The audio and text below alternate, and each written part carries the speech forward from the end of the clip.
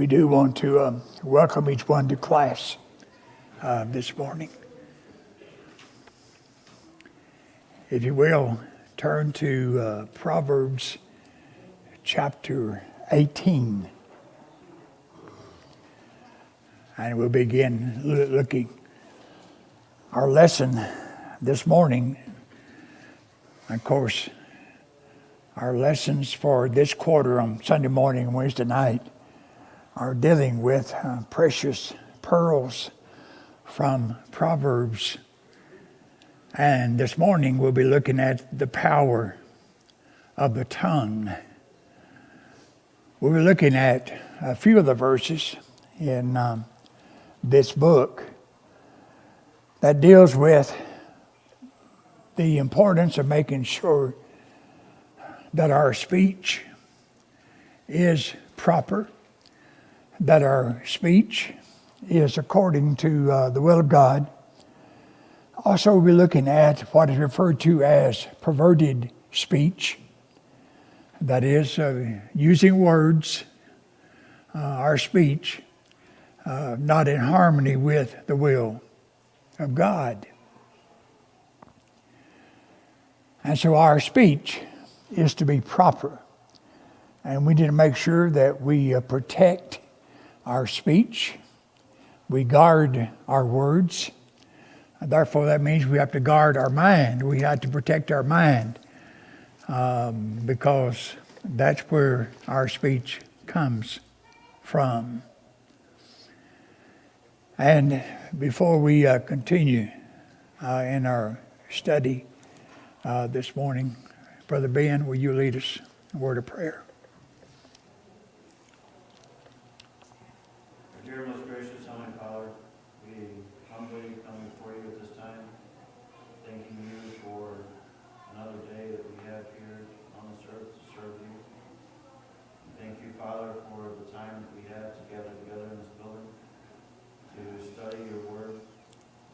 Father, we ask that as listeners and students in this class that we open our minds and hearts and allow your word to prick our hearts. Father, we ask that you be with Brother Jerry as he presents a lesson, that we might be able to understand it and use it and apply it in our daily lives. All these things we pray in your Son's name. Amen. Amen. I am sure none of you have any problems with your tongue, but I'm sure you probably know somebody who does.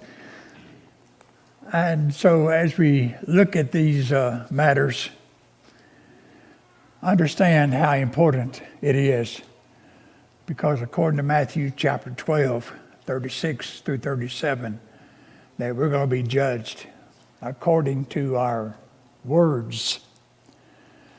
Some people may have the attitude, well, it really doesn't make a difference.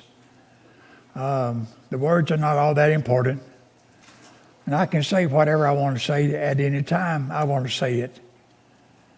Well, let me also remind you as we look into this morning, that it's not enough just to make sure that we're saying the right things. We need to make sure that we're saying the right things with the right heart. You see, it is possible for a person to say things that are correct, that are right, and yet they are not genuine. They are not sincere. There is such a thing as hypocritical speech. But also, even if we say the right things with the right attitude, there may be times when we do not need to say anything. It does make a difference, the moment, the situation. There are some things just may not be the right time to say certain things. You go to the funeral home and you are an insurance salesman. life insurance salesman, and a woman's husband has passed away, it's probably not the right time as you go up there to visit to say something to her about, do you have any life insurance? That's probably not appropriate. And so there's sometimes people may think, well, I have it on my mind and I just got to say it. No, you don't got to say it. Well, I'm going to give people a piece of my mind.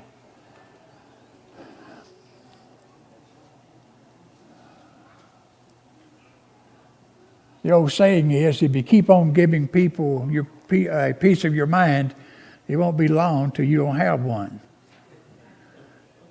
And that is the case with some people. Ephesians 4:29, Paul reminds us, let no corrupt or filthy communication proceed out of your mouth, but that which is good, to the use of edifying, that it may minister grace unto the hearers. Whenever you hear a person say, well, I can't control what I say, it's not a matter of can't, it's a matter of not doing it. Because Paul reminds us, let no, and we understand what N-O means, let no corrupt communication. That tells me that I can control what I say.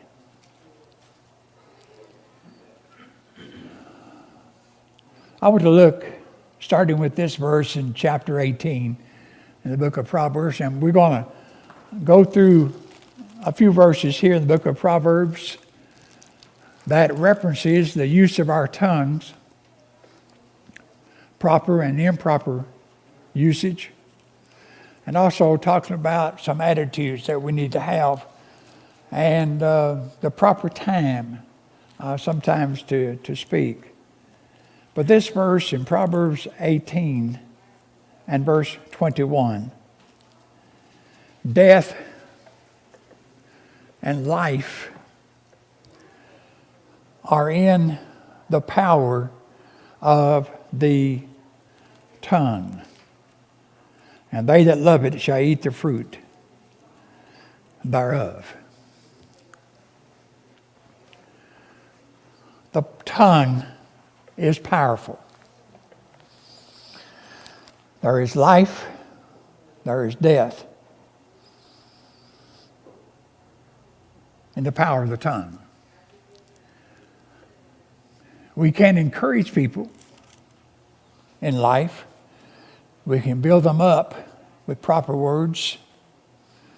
We can exhort them. We can remind them of things which are good and right that needs to be practiced. But also we can destroy someone with the very words that we use. And we don't even have to be in their presence.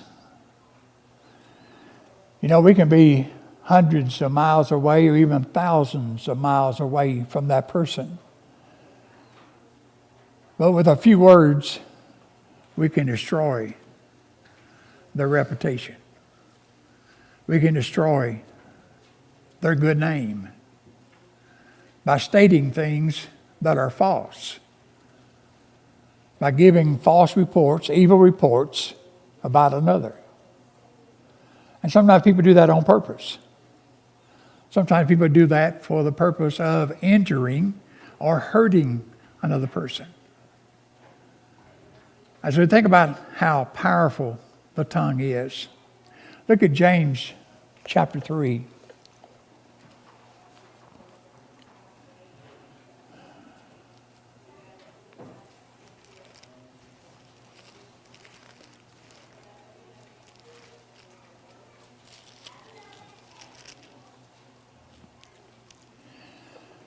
Let's notice a few of these verses here, because this is a very important chapter about the power of the tongue. Verse 1, my brethren, be not many masters, teachers, knowing that we shall receive the greater condemnation. For in many things we offend all. And if any man offend not in word, the same is a perfect man. The same is a complete, or the same is a mature, spiritually mature individual. And is able also to bridle the whole body.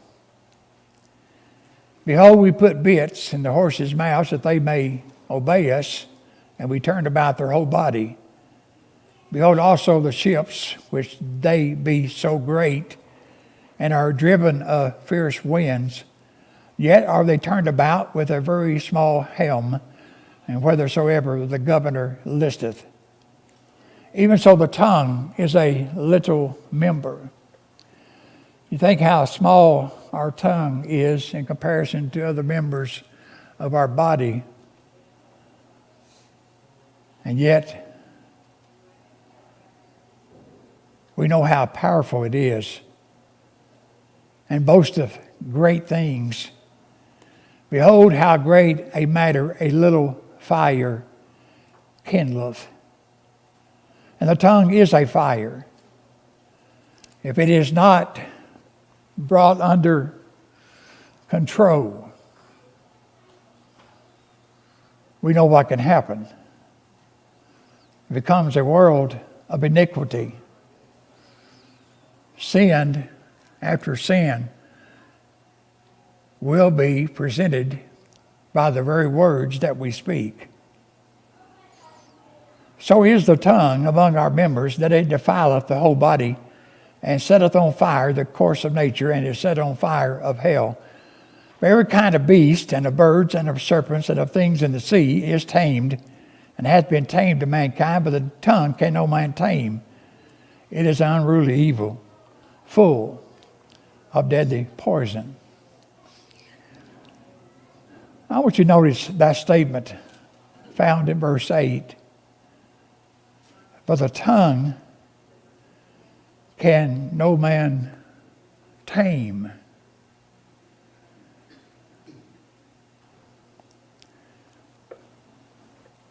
But there are verses in the Bible, as I just quoted to you from Ephesians 4:29, that reminds us we are not to speak certain kind of words.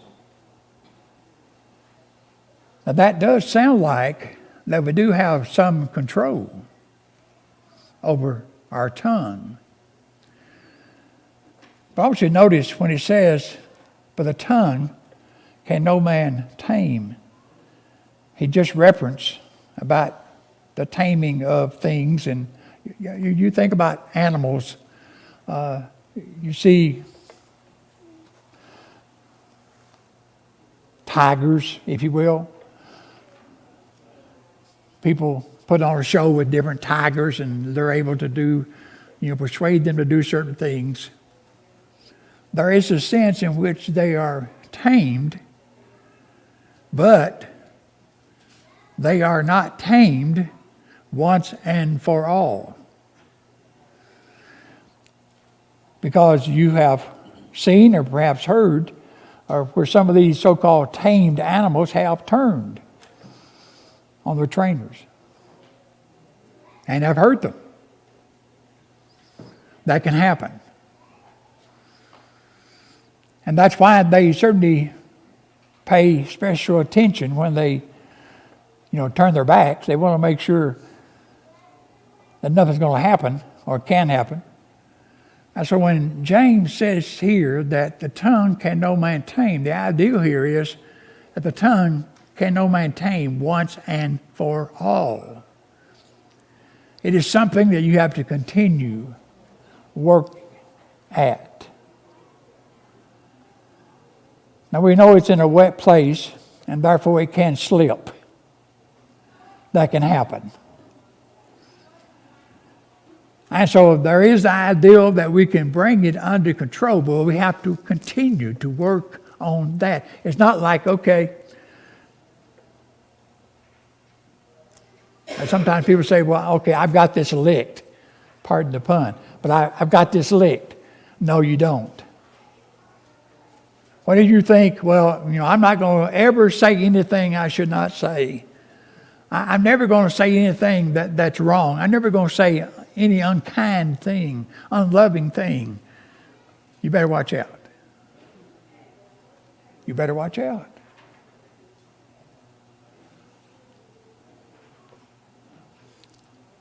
And so the tongue can no man tame once and for all. Therewith, verse 9, we blessed be God, even the Father, and therewith cursed we men, which are made after the similitude of God. Out of the same mouth proceeded blessing and cursing. My brethren, these things ought not so to be. On one hand, you praise God. On one hand, you bless God. Then people turn around and curse man, who is made in the very image of God. How inconsistent that is. So the tongue is very powerful. Let's go back to Proverbs chapter 6. Some of these verses we would just basically mention because some of the other men who will be teaching will be dealing with some of these matters in future lessons. But in Proverbs chapter 6, the writer talks about 6 things that the Lord hate. This is verse 16. Yea, 7 are an abomination unto him. Notice how many of these have reference to the use of the tongue. A proud look, a lying tongue, and hands that shed innocent blood, and heart that deviseth wicked imaginations, feet that be swift in running to mischief. Verse 19, a false witness that speaketh lies, and he that soweth discord among brethren.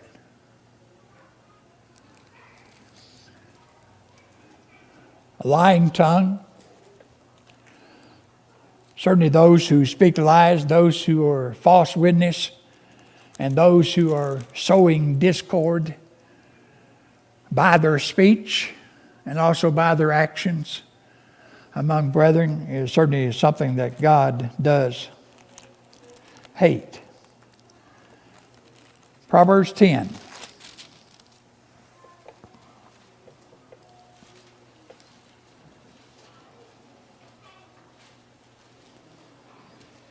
And verse 18.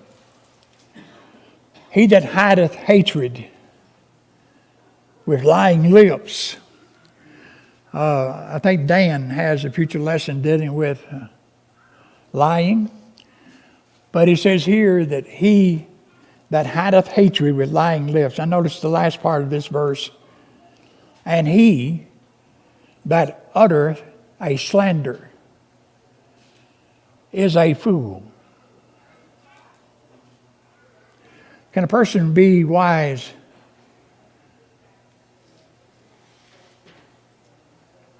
who utters a slander? No. That's the concept, that's the idea of one who is foolish. Slander is simply uttering false reports, speaking things that are not right about others for the particular reason of causing injury. See, it's not just speaking evil reports, but it's doing it for the very purpose of causing injury to a person in one way or another. I don't like what somebody has said. I don't like what somebody has done. And so I began to say some things that are not true about the individual, wanting to hurt that individual.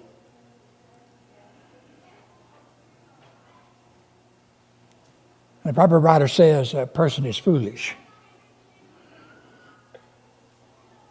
I need to make sure that whenever I speak about another, that what I'm saying about another is factual.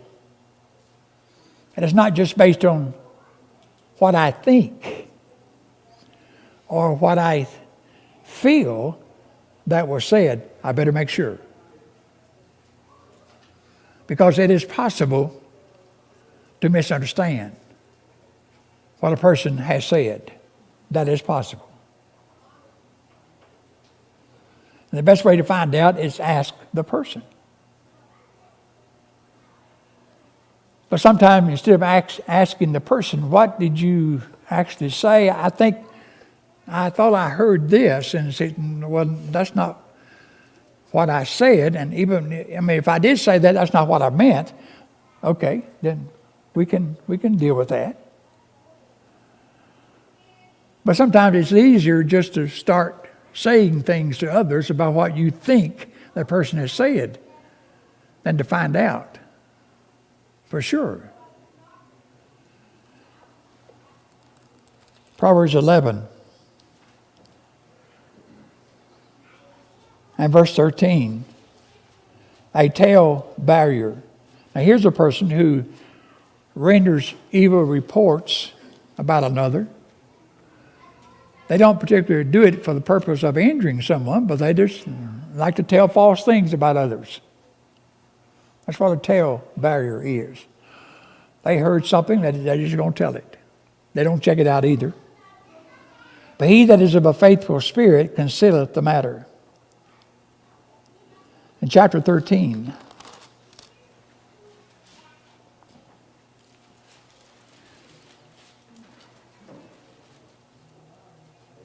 and verse 3, he that keepeth his mouth. Now, what do you think it means when he says he keepeth his mouth?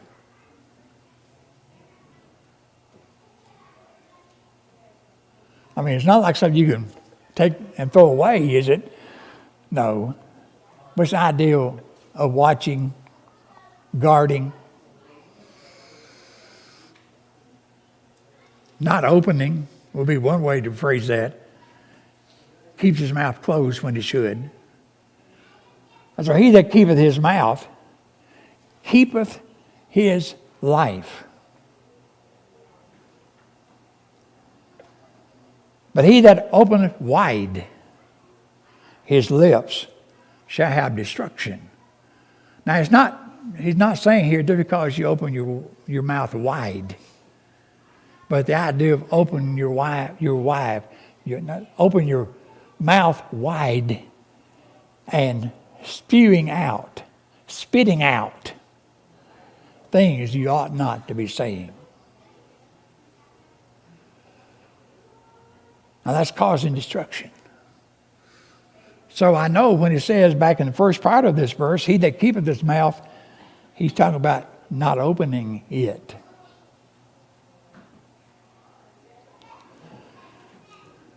Whenever you feel like you're going to say something you should not, the best way to stop that from happening is do what? Keep your mouth closed. Or we would say zip it.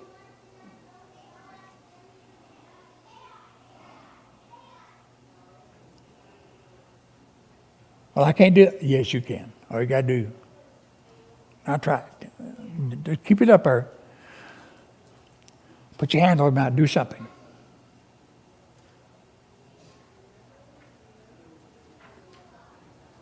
Chapter 15 and verse 1. Have you ever been in a discussion with someone and we would say that discussion became a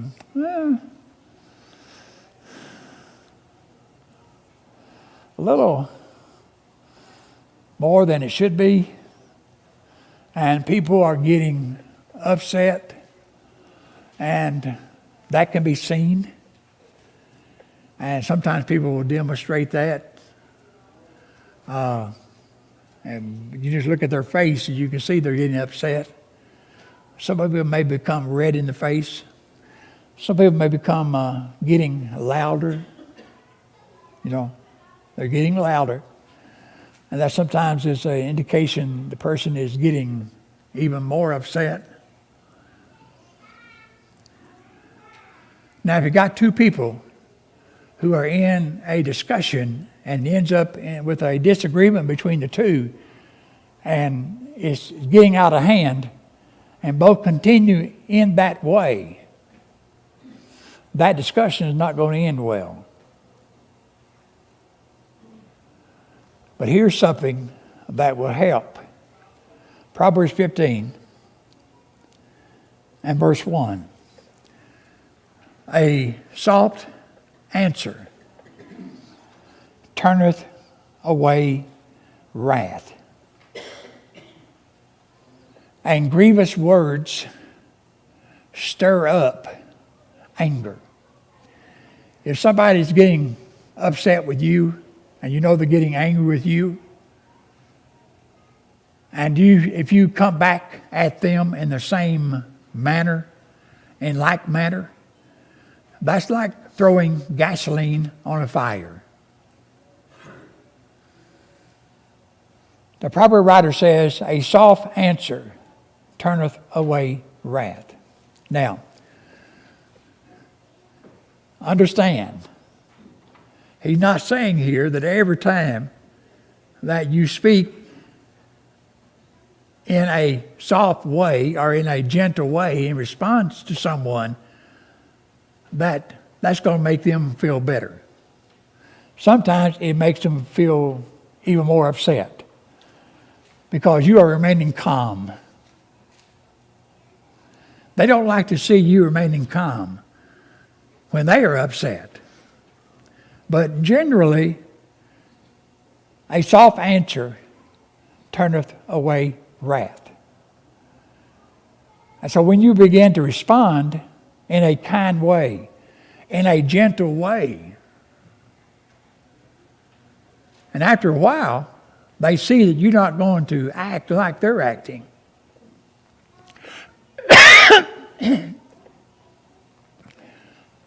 They will calm down. Even if they don't.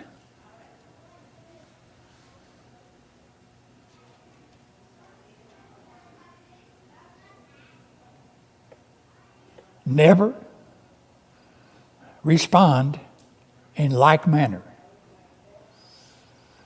When a person starts being disagreeable. You see, we can disagree with each other without being disagreeable.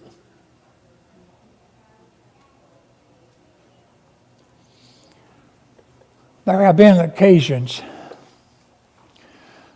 you may not believe this, but I have made a few people angry and mad at me over the years. And it probably won't be the last time. I don't intentionally do that, but sometimes that does happen.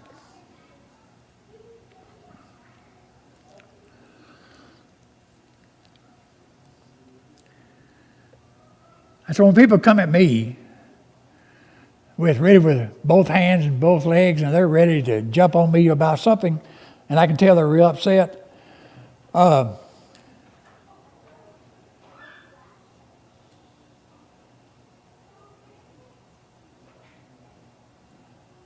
know what I cannot do.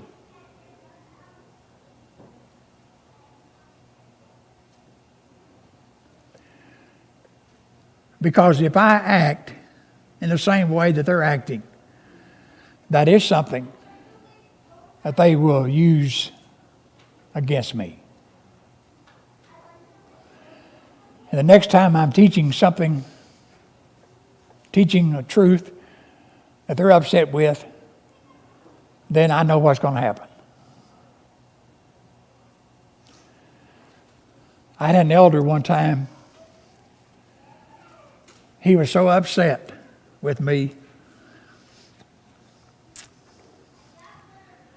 We had a preacher coming for a gospel meeting.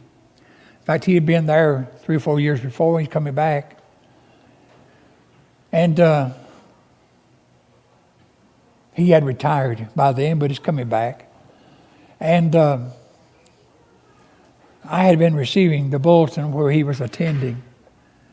And they were doing some things there that I knew that our elders did not agree with, and I certainly did not agree with. And I'd asked my elders at that time, would you mind if I wrote to him and asked him some questions? And they said, the eldership said, no, that's fine.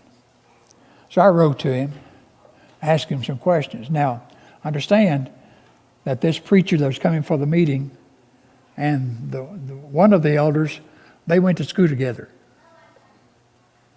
Graduated from Lipscomb many years ago. And so they were friends. So I sent a letter to the preacher asking him some questions about what he believed and what he was teaching and matters that I have seen about what has been going on in the congregation there. He didn't respond to me, but he called his elder friend, and he was very upset with me. What in the world does Jerry think he's doing?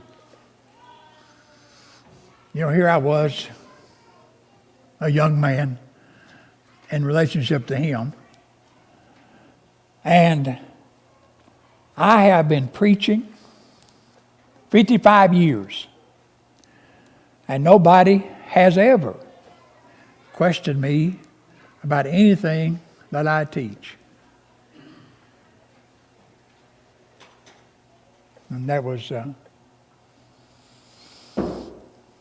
And so Wednesday night, after services, I was standing in the back, and here he came. He wasn't quite running. Maybe not jogging, but he was almost there. And he's already red in the face. He came up to me, I want to talk to you right now. I said, okay, let's go to my office. He said, I don't know what you, and he mentioned the other elder's name. I don't know why he did that, but he did. I don't know why you and so-and-so, what are y'all up to anyway? What are y'all trying to do? I said, what are you talking about? He said, brother, he mentioned his name. He said, well, he's upset with your letter you sent.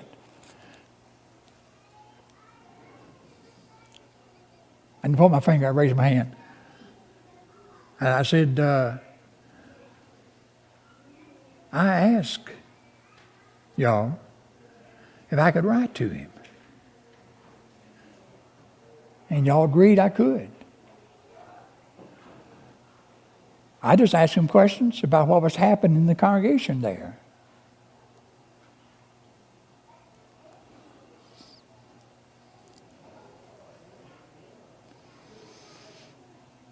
Well, you should not be doing, he was yelling at me. Again, my hand went up. I mentioned his name. I said, I'm not going to discuss this with you until you calm down. And perhaps the next service we'll be able to discuss this. So I turned and walked out the office. Now, if you think it's easy, I have encountered some people over the years, I like to pick up a ball bat.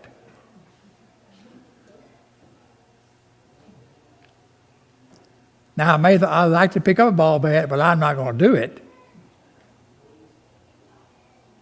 Because I think some people need to 2 or 4 inside the head sometimes. Maybe wake them up. I'm not talking about knocking them out, but wake them up. Get their attention. Get their attention. A soft answer turneth away wrath. Proverbs 15 and verse 1. Look at Proverbs 15 and verse 23. A man hath joy by the answer of his mouth. Now notice these words. And a word spoken in due season. How good is it?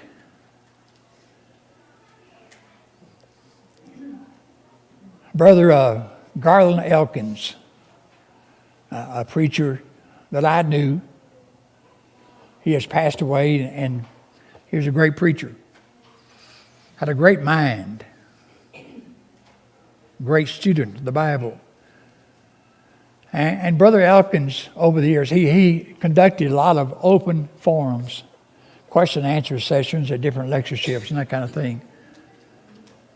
And one thing I noticed about Brother Elkins, if you remember, he was on the Phil Donahue show many, many years ago, and discussing some things on there.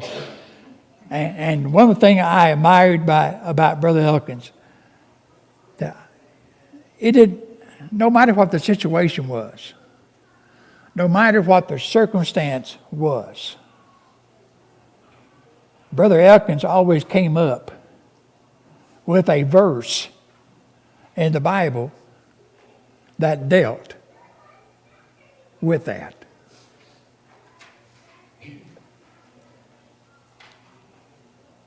It was always fitting. It fit every time. Now, I wasn't around Brother Elkins all the time. I don't know what he did at other times. But every time I heard him responding to different things and situations and circumstances, verses were fitting. It fit. It was proper. Sometimes, if we don't know the right thing to say,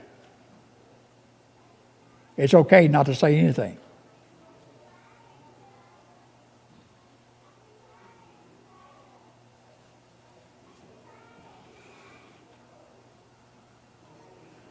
How many times have you been in situations where a friend has lost someone and you're lost for words? You don't know what to say. You don't have to say anything. Just being with the individual. That's a good thing. Because sometimes people say things in those situations that really are not appropriate. I know people are trying to console, people are trying to comfort, they're trying to help. But then they say things that's really better not to be said. And so just don't say anything.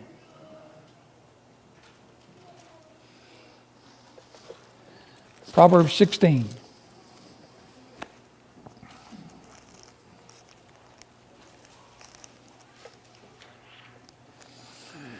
Verse 27, he said, an ungodly man diggeth up evil, and in his lips there is as a burning fire. Chapter 17 and verse 9. He that covereth the transgression seeketh love, but he that repeateth a matter separateth very friends. Verse 27 and verse 28 of chapter 17. He that hath knowledge spareth his words. And notice that expression. He that hath knowledge spareth his words. And a man of understanding is of an excellent spirit. Even a fool, when he holdeth his peace, is counted wise. And he that shutteth his lips is esteemed a man of understanding. Notice in chapter 20 and verse 19. He that goeth about as a talebearer revealeth secrets, therefore meddle not with him that flattereth with his lips. Flattery is offering hypocritical praise. You're praising someone, but you really don't mean it. Now, there's nothing wrong with offering words of praise and encouragement to others, but make sure it is genuine. Make sure it is from the heart. In 21 and verse 23, whoso keepeth his mouth, that is, watches it, guards it, keeps it closed sometimes. Whoso keepeth his mouth and his tongue, keepeth his soul from troubles. In 23 and verse 9, speak not in the ears of a fool, for he will despise the wisdom of thy words. In chapter 26, a few more verses here.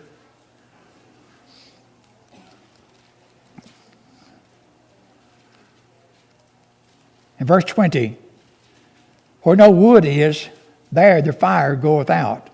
So where there is no talebearer, the strife ceaseth. And verse 28, again talks about a lying tongue, talking about one who flatters, who uses flattering words. Chapter 27, boast not thyself of tomorrow, for thou knowest not what a day may bring forth. And notice verse 2, let another man praise thee, and not thy own mouth, a stranger, and not thine own lips. Two more verses. 29, verse 11, and verse 20. Proverbs 29, verse 11. A fool uttereth all his mind, but a wise man keepeth it in till afterwards.